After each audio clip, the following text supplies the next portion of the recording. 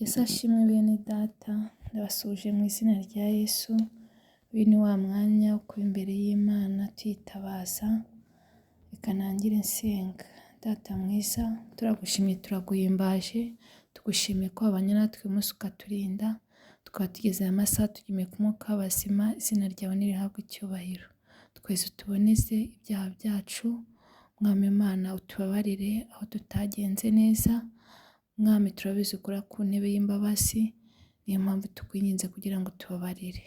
Ukimara kutubabarira rero, tuguhaye karibu n'ikaze, ngwino ubane natwe, ntabe ari twe ahubwo izina ryawe rishyirwe hejuru. Urakoze rero kumvishe gusenga, icyubahiro ni icyawe ubu n'iteka ryose, amen. Dukomeze turirimbana indirimbo ya 91 mu ndirimbo zo gushimisha Imana. Ay'igitare cy'Imana, reka nkungireho, kubw'imbabazi zawe, kera waramenewe, none ubu nkwihishemo umujinya w'Imana, none ubu nkwihishemo umujinya w'Imana. Amazina amaraso byo mu rubavu rwawe, binkiza uburyo bwombi, urubanza rw'ibyaha n'imbaraga mbi zabyo, bye kuzansinda ukundi, n'imbaraga mbi zabyo, bye kuzansinda ukundi. Ibyo twakora byose n'umwete wacu wose, n'agahinda gasaze, n'amarira adashira, byose ntibyashobora kudukuraho ibyaha, byose ntibyashobora kudukuraho ibyaha.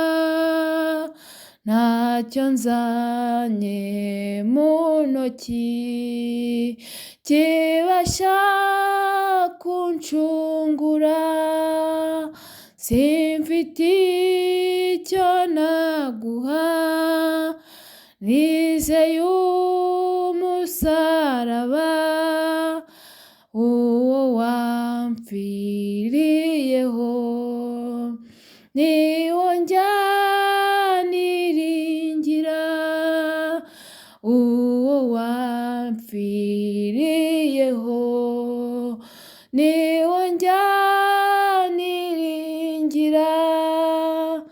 Dore nambaye ubusa, ndakwinginze unyambike,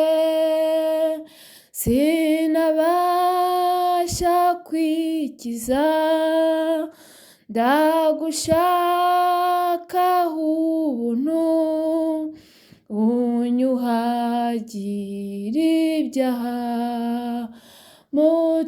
mutabazi ne gupfa, unyuhagire ibyaha, mutabazi ne gupfa.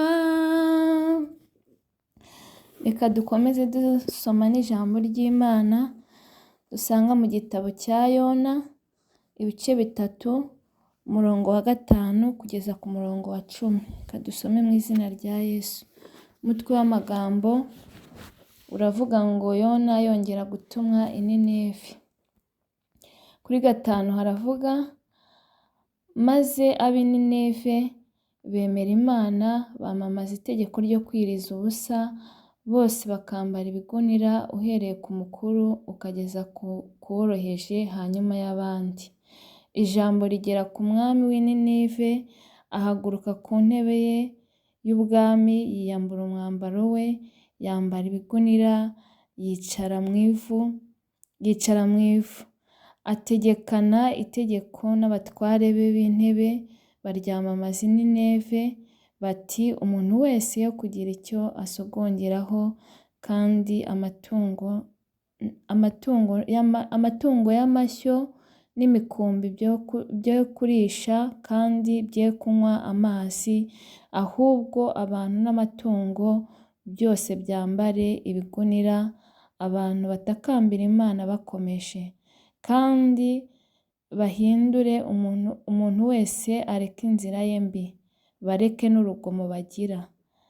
Ntawe ubizi ahari aho Imana yahindukira ikigarura, ikareka uburakari bw'inkazi yari ifite ntiturimbuke. Imana ibonye imirimo yabo, uko bahindukiye bakareka inzira yabo mbi, irigarura, ireka ibyago yari yabageneye, ntiyabibateza. Iryo ni ijambo ry'Imana. Shimye Imana kubw'iri jambo, narihaye intego ivuga ngo Imana izanye amahirwe ya kabiri. Imana itanze amahirwe ya kabiri, nuwemera ugaca bugufi, imbabazi z'Imana ziraba ku buzima bwawe.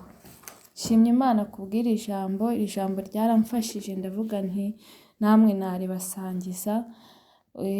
Yona Imana yamutumye kuburira uyu murwa w'i Nineve, arangije ahungira i Tarushishi, ariko ari mu nzira ari mu bwato ajya i Tarushishi, ngo umurabuza mu nyanja. Abo bari bari kumwe bagera aho bamujugunya mu nyanja. Bamaze kumujugunya mu nyanja, inyanja iratuza. Inyuma yaho rero urufi rwaje kumumira, ariko ari mu nda y'urufi asenga Imana. Imana yumva gusenga kwe, urufi rurongera ruramuruka. Yaje kugenda rero, yaje kongera gutumwa, ariho twasomye, yaje kongera gutumwa i Nineve. Arangije aragenda ajya kuvuga ubutumwa Imana yari yamuhaye, yuko nibatihana mu minsi 40 i Nineve haraba harimbutse.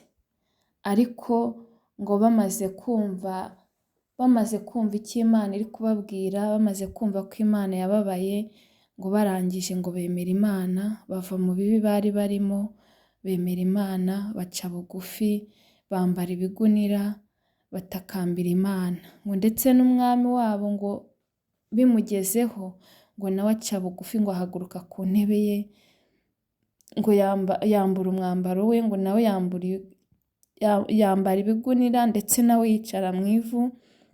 Ngo ndetse ashyiraho n'itegeko yuko nta muntu uragira icyo asogongeraho, ngo ndetse n'amatungo ngo ntagire icyo arya na kito, ngo ntarishe ubwatsi, ngo kandi ntanywe n'amazi, ngo ahubwo ngo ari abantu n'amatungo bose bambara ibigunira, kugira ngo basabe Imana imbabazi, ngo kandi ngo basenge bakomeje, ngo kugira ngo barebe yuko, ngo bareke n'ibibi byabo, ngo kugira ngo barebe yuko Imana yabagarukira ikababarira. Iyi Mana rero yabonye guca bugufi kwabo, ibonye imirimo yabo, ngo irangije ngo irababarira, ngo ibaha imbabazi, ntiyaba ikibarimbuye. Noneho aha hantu rero narahasomye numva, ibazaho amatungo nayo agiraho agacira Imana bugufi. Ibazaho bagezeho umwami agaca bugufi, akirengagiza icyubahiro cye, akirengagiza ko ari umuntu ukomeye, nawe akambara ibigunira. Muri iki gihe ubonye umuntu wambaye ibigunira, ukabona nka perezida yambaye ibigunira, cyangwa n'undi muntu ukomeye, wavuga ngo yasaze. Ariko we icyubahiro cye yagishyize hasi, yubaha Imana, Imana imugirira neza. Imana rero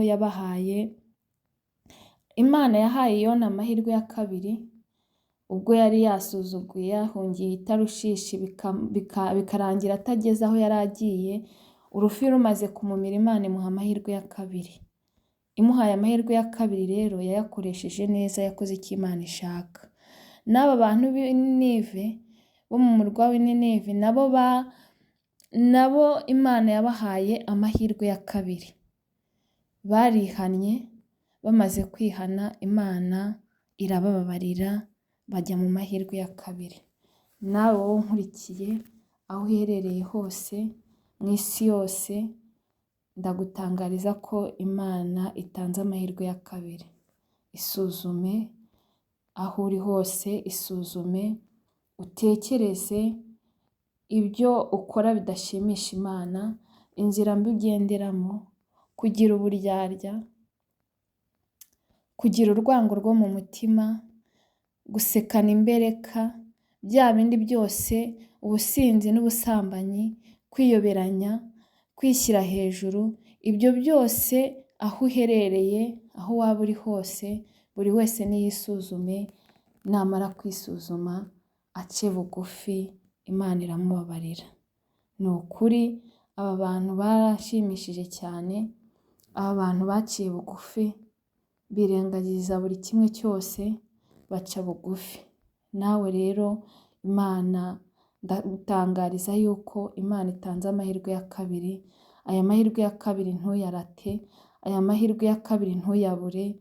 Nyemerera wisuzume, wowe n'umutima wawe muganire, muzi byose, wibuke aho utagenze neza, wibuke ibyo ukora bitari byiza, wibuke uko ubuza abandi amahoro, wibuke uko ukora, uko wiba mu kazi, wibuke ibyo ukora byose bitari byiza, wibuke uko utabanira abandi neza, wibuke uburyarya, wibuke ubugome bwo mu mutima, wibuke buri kintu cyose cyagutandukanyije n'Imana cyangwa kiri kugutandukanya n'Imana, ubundi uce bugufi, upfukame aho uri, waba uri mu rugo, waba uri mu biro, upfukame usaba Imana imbabazi wizeye, Imana irakubabarira kandi winjire mu mahirwe ya kabiri wemye, nk'uko aba b'i Ninive binjiye mu mahirwe ya kabiri yabo.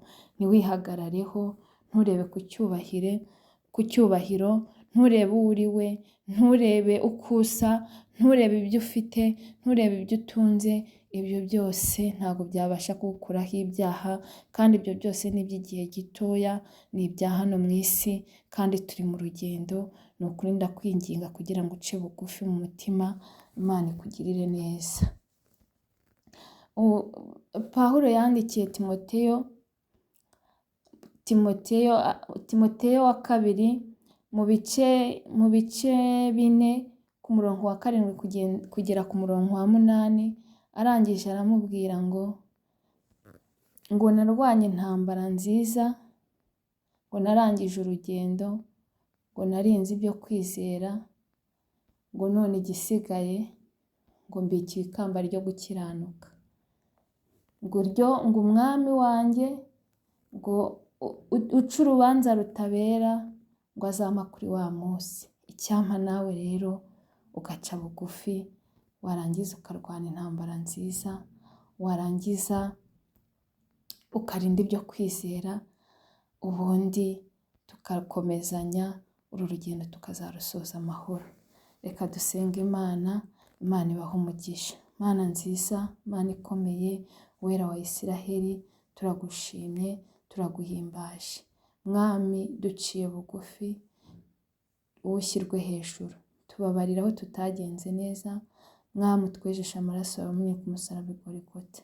Buri muntu wese aciye bugufi, uri buce bugufi kubw'iri jambo, umweze umutunganye, maze umwinjize mu mahirwe ya kabiri, umuhe gutangira ubuzima bushya.